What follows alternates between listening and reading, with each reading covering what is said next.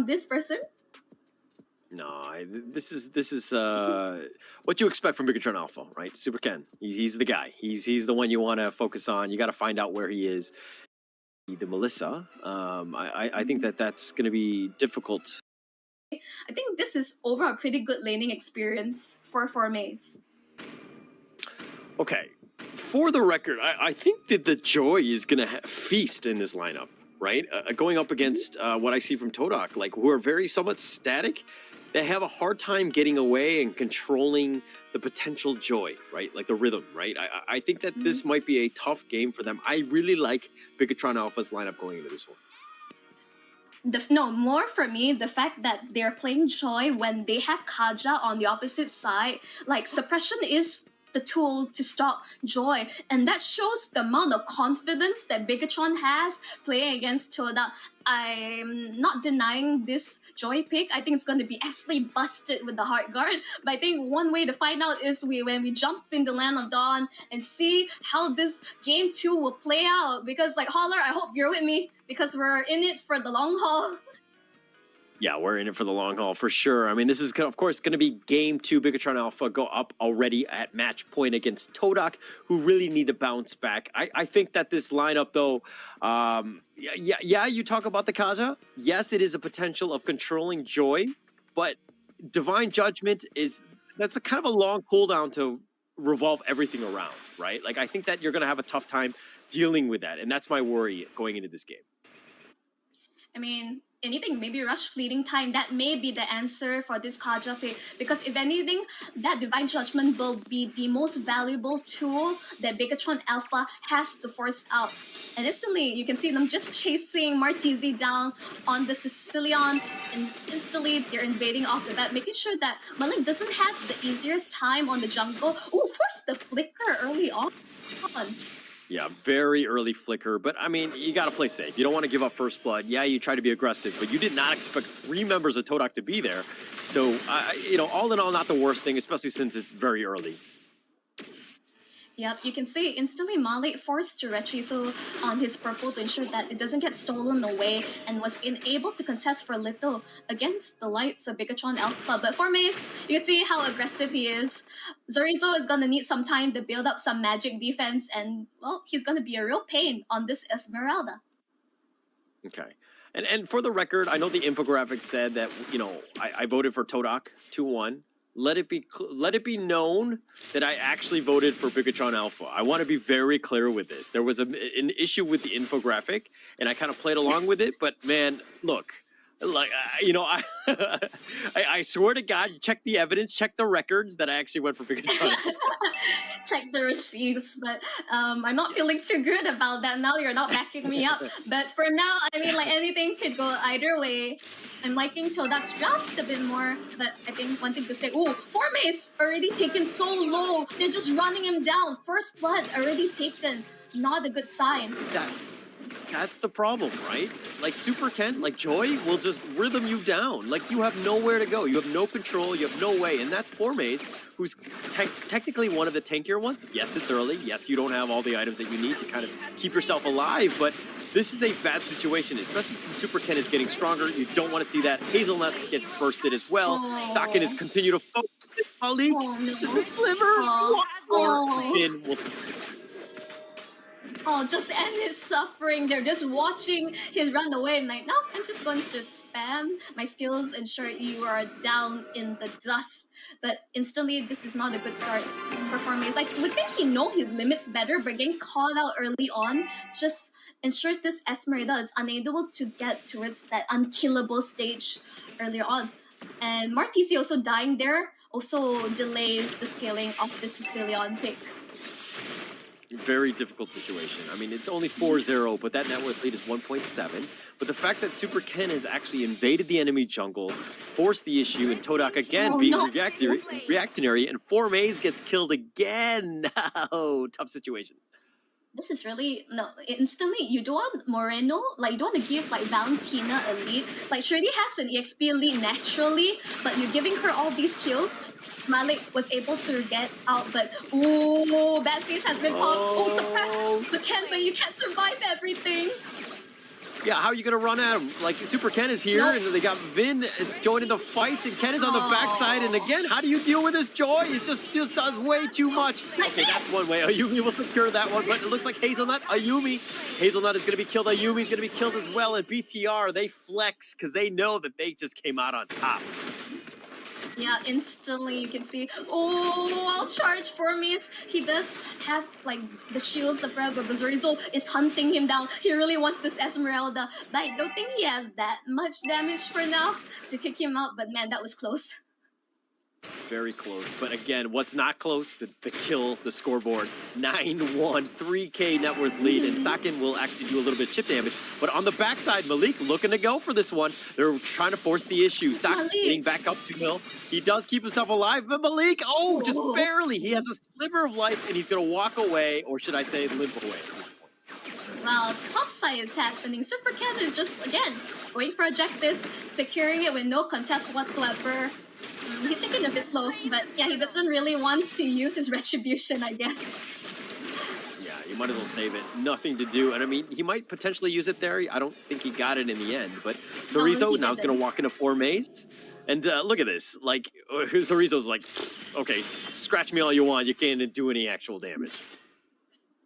Okay, it's not that TODAK's completely out of it. Yes, this is... Bigatron has a good lead, but as long as...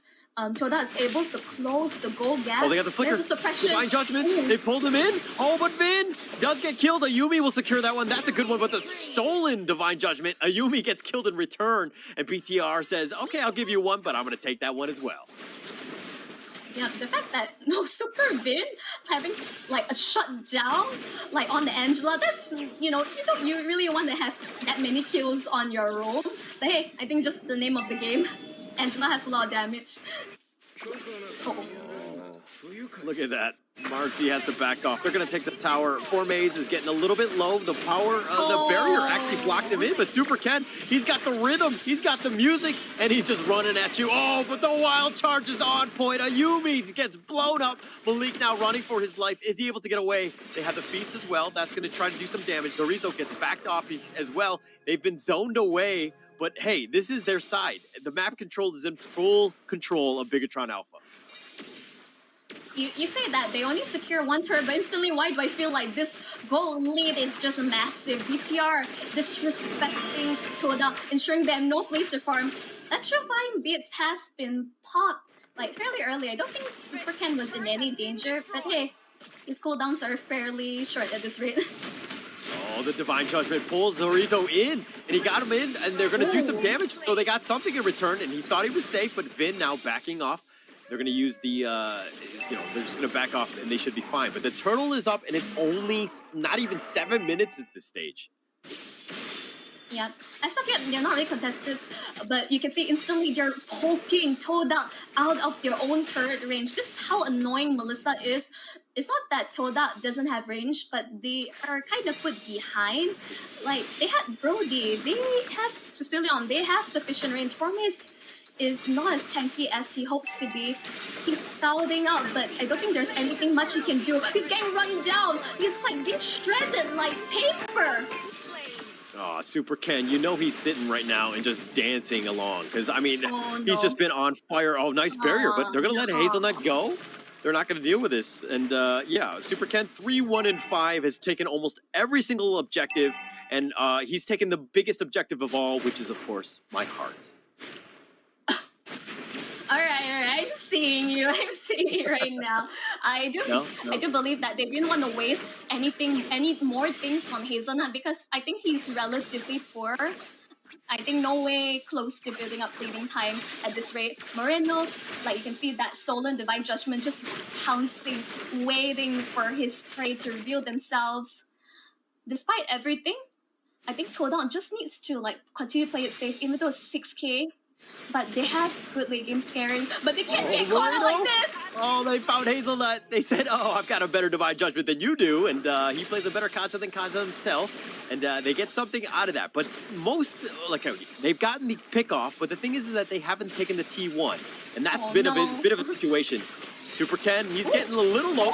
Be careful, the shields have been on point.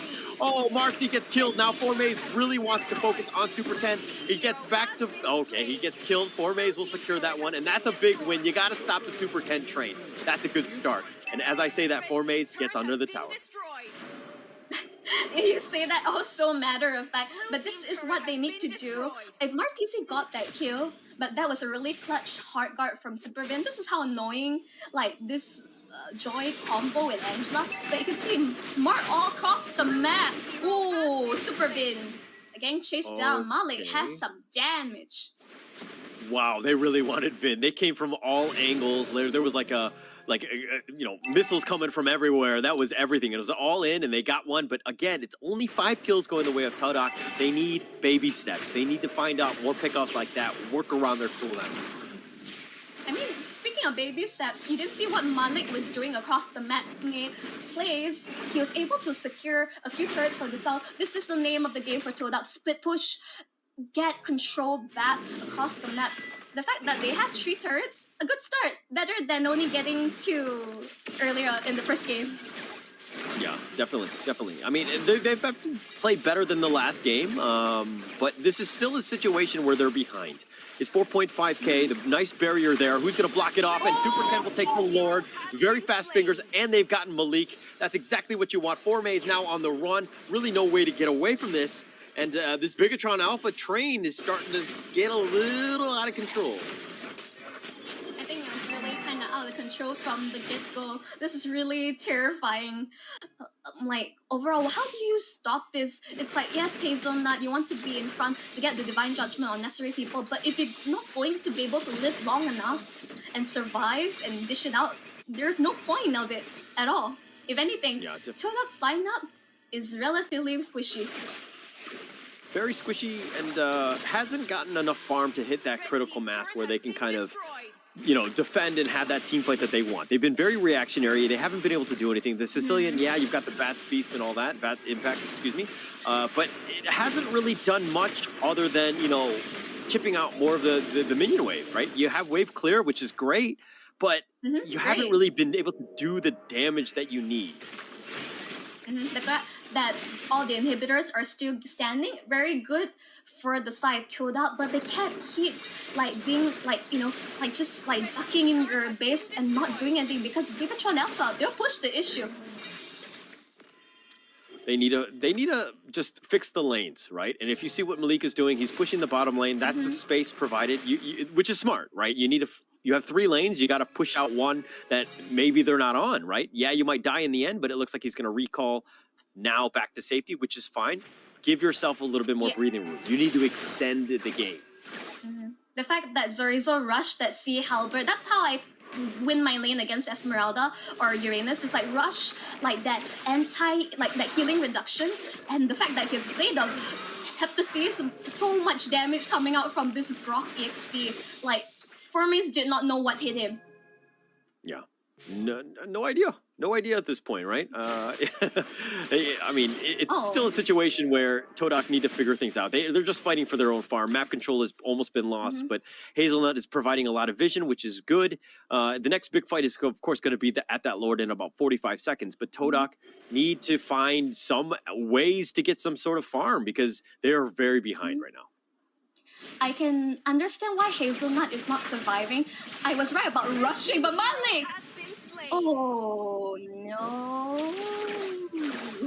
You can't get away from this joy. That's the problem. It's awkward. Right? Really awkward. It's very awkward. It's a very difficult situation. Yep. And saying, Hazelnut's really squishy because he did indeed rush fleeting time, but that is not really ideal. You're not able to maximize your ult if you're unable to survive the situation. In fact, he should be going for more magic defense, from Super Ken, Super Vin, Moreno. That should be the main focus from the start. BTR, they don't care about TODAK. They're going for the objective. They know what they're doing. They're just going to take this free Lord. Yeah, free lord. We'll take it, right? And that's kind of how you close out the games. You stick to objectives. And Super Gen is one of the best at it, right? The fact that he's 3-2-8 has made a presence throughout. Not as many kills as he did in the last game, but almost every single objective has been because of him. So they're in prime position because of this. And this 9K net worth lead of 9,000 is actually getting kind of crazy. You know, Super Ken is reached when it's like barely 40 minutes and he has Blood Wings, one of the best items and most expensive items you can have for Joy. Now that he's gonna have more survivability. Oh no, even Divine Glaive has been purchased. It's not like he's not dishing off enough damage already. Yeah. I mean, I feel pain. Look at Bigatron Alpha's like KDA and like the amount of damage that this team has done. Like they are just incredibly rolling. They have everything in their favor.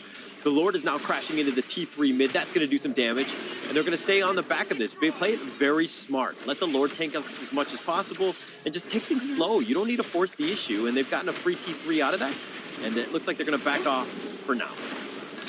Yep, just they don't really force it. They also aware that TODAK does have damage, and they're not going to risk like a comeback from the side of TODAK. They're just playing towards their strength. They're not really forcing it. Really disciplined from side of Bigatron. There's a reason why they're one of the best teams in MPL. Conceal play from the TODAK. conceal, Oh. the Divine Judgment, they got found Vin. That's going to be a good start. Marcy will secure that one. Hazelnut's going to be killed because Super Ken is on the prowl and he's going for it. He gets Marcy as well, and now Cerezo. And Super Ken does go down. Malik is going to be killed, but they've got the stolen Divine Judgment, cleans house, and that's going to be it. And TODAK tried to go all in on that conceal play, and now BTR, all they need is that minion wave, which is slowly coming in the top lane to close this game out. This is going to be just a game slow, 2 painful away. death. BTR. Oh, it's so hard to watch. It's a wipeout for the side TODAK and Bigatron, convincing 2-0 victory.